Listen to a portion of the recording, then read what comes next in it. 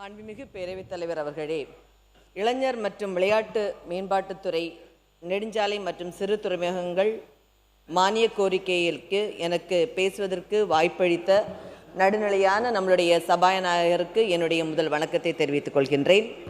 அதே போல என்னை இந்த சட்டமன்றத்திற்கு அனுப்பி வைத்த எங்களுடைய காங்கிரஸ் கட்சியினுடைய அகில இந்திய தலைவர் மல்லிகார்ஜுன் கார்கே அவர்களுக்கும், இன்றைக்கு நேர்மைக்கு இலக்கணமாகவும் நிமிர்ந்த நடையுடனும் மோடிக்கும் ஆர்எஸ்எஸ்க்கும் இந்திய இறையாண்மைக்கும் எதிராக யாரெல்லாம் குரல் கொடுக்கிறார்களோ அவர்களை தன்னுடைய கர்ஜித்த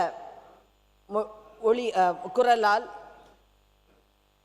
அடக்கி வைக்கக்கூடிய எங்களுடைய மாநிலங்களவை எதிர்க்கட்சி தலைவர் திரு ராகுல் காந்தி அவர்களுக்கும், பெண்களுக்கே எடுத்துக்காட்டாக அரசியலில் பெண்கள் எவ்வாறு இருக்க வேண்டும் என்று முன்மாதிரியாக இருக்கக்கூடிய எங்கள் அன்னை சோனியா காந்தி அவர்களுக்கும், எங்களுடைய மாநில தலைவர் திரு மாணிக்கம் தாகூர் அவர்களுக்கும், என்னை இங்கு மக்களின் குரலாக ஜனநாயகத்தின் மேல் நம்பிக்கை வைத்து என்னை அனுப்பி வைத்த எங்களுடைய குளச்சல் தொகுதி மக்களுக்கும், அதற்காக உழைத்த கூட்டணி கட்சியை சார்ந்த தலைவர்கள் மற்றும் தொண்டர்கள் அனைவருக்கும் என்னுடைய மனமார்ந்த நன்றியை தெரிவித்துக் கொள்கின்றேன்.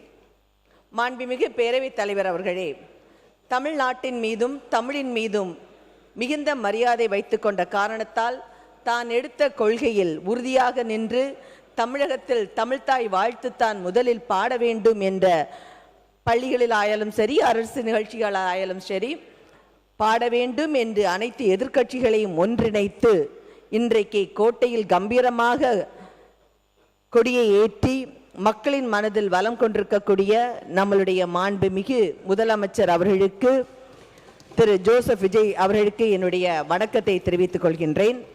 அதே போன்று மாண்புமிகு முதலமைச்சர் அவர்களே, ஆட்சியிலும் அதிகாரத்திலும் பங்கு தந்து கூட்டணி கட்சிகளுக்குரிய மரியாதை கொடுத்த எங்களுடைய பெருந்தலைவர் காமராஜரனுடைய ஆட்சியை இன்று, அதே போன்ற ஒரு ஆட்சியை இன்று காங்கிரஸ் கட்சியின் கடைகோடி தொண்டர்கள் அனைவரும் விரும்பிக் கொண்டிருக்கிற நேரத்தில் ஒரு ஸ்பார்க்காக எங்களுக்கு தந்த மாண்புமிகு முதலமைச்சர் அவர்களுக்கு காங்கிரஸ் கட்சியின் சார்பாக எங்களுடைய மனமார்ந்த நன்றியினையும் தெரிவித்துக் கொள்கிறோம்.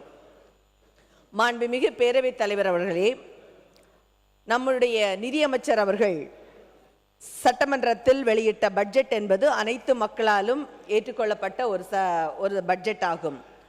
இது ஏழை எளியவருக்கான ஒரு பட்ஜெட். இந்த பட்ஜெட்டை புரட்டி பார்க்கும் பொழுது இந்த நிதி நெருக்கடியிலும் மக்களுக்கு வாக்கு கொடுத்தபடி விவசாய கடன் தள்ளுபடி ஆகட்டும், தாய்மாமன் தங்க மோதிரம் சீராகட்டும், சூப்பர் கிளாஸ் ரூம் திட்டமாகட்டும், 200 யூனிட் கரண்ட் தள்ளுபடி ஆகட்டும், வேலைவாய்ப்பு ஆகட்டும், மதுபான கடைகளினுடைய எண்ணிக்கையை குறைப்பது ஆகட்டும், சிங்கப்பெண் திட்டமாகட்டும், தொழில் முதலீட்டாகட்டும்,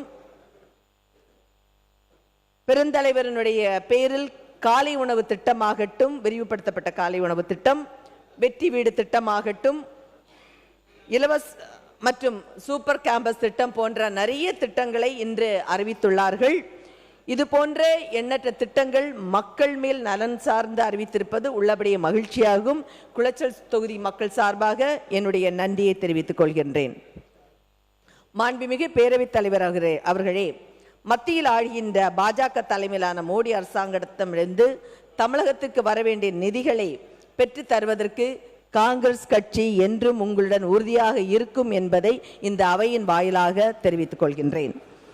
மாண்புமிகு பேரவைத் தலைவர் அவர்களே, இருமொழி கொள்கையை பாதுகாப்பதிலும் காங்கிரஸ் கட்சி என்றும் உங்களுடன் துணையாக இருப்பதும் என்பதை இந்த அவையில் தெரிவித்துக் கொள்கிறேன். மாண்புமிகு பேரவைத் தலைவர் அவர்களே, கிராமப்புற ஏழை மக்கள், ஏழை குடும்பங்களை சார்ந்த மாணவர்களின் உயர்கல்வி கனவுகளுக்கு தடையாக இருக்கக்கூடிய நீட் தேர்வுக்கு எதிராக தமிழக மக்களின் உணர்வுகளையும் தமிழ்நாட்டு அரசின் நிலைப்பாட்டையும் காங்கிரஸ் கட்சி முழுமையாக ஆதரிக்கிறது. அதே போன்று மாண்புமிகு பேரவைத் தலைவர் அவர்களே,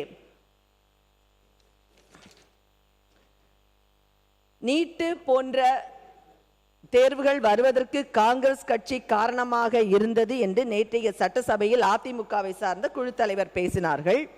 காங்கிரஸ் காங்கிரஸ் கொண்டு வந்த 100 நாள் திட்டம் போன்றவை பாஜக அரசு நிறுத்த துணிகிறது. காங்கிரஸ் கட்சியின் எத்தனையோ திட்டங்களை தடுத்து நிறுத்தக்கூடிய பாஜக அரசு நீட் தேர்வை ஏன் ரத்து செய்ய முடியவில்லை?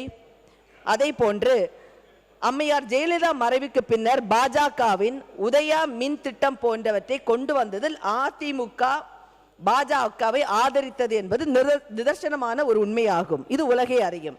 இந்திய காங்கிரஸ் கட்சி தனது தேர்தல் அறிக்கையிலும் நீட் திட்டத்தை ரத்து செய்வது குறித்து வலியுறுத்துகிறது. காங்கிரஸ் கொண்டு வந்த அனைத்து திட்டத்தையுமே பாஜக மாற்ற துணிகிற பொழுது ஏன் இதை மாற்ற துணியவில்லை என்பதை இந்த அவையில் நான் கேட்டுக்கொள்ள கடமைப்பட்டிருக்கிறேன். அதே போன்று மத்திய உணவு திட்டம் மூலம் கல்வியை அனைவருக்கும் எடுத்து செல்ல வேண்டும், எளிமையான மக்களும் கல்வி கற்க வேண்டும் என்ற நோக்கத்துடன் அன்றைக்கு பெருந்தலைவர் காமராஜர் அவர்கள் தொடக்க பள்ளிகளையும் 10 கிலோமீட்டருக்கு ஒரு உயர்நிலை பள்ளியையும் கொண்டு வந்தார்.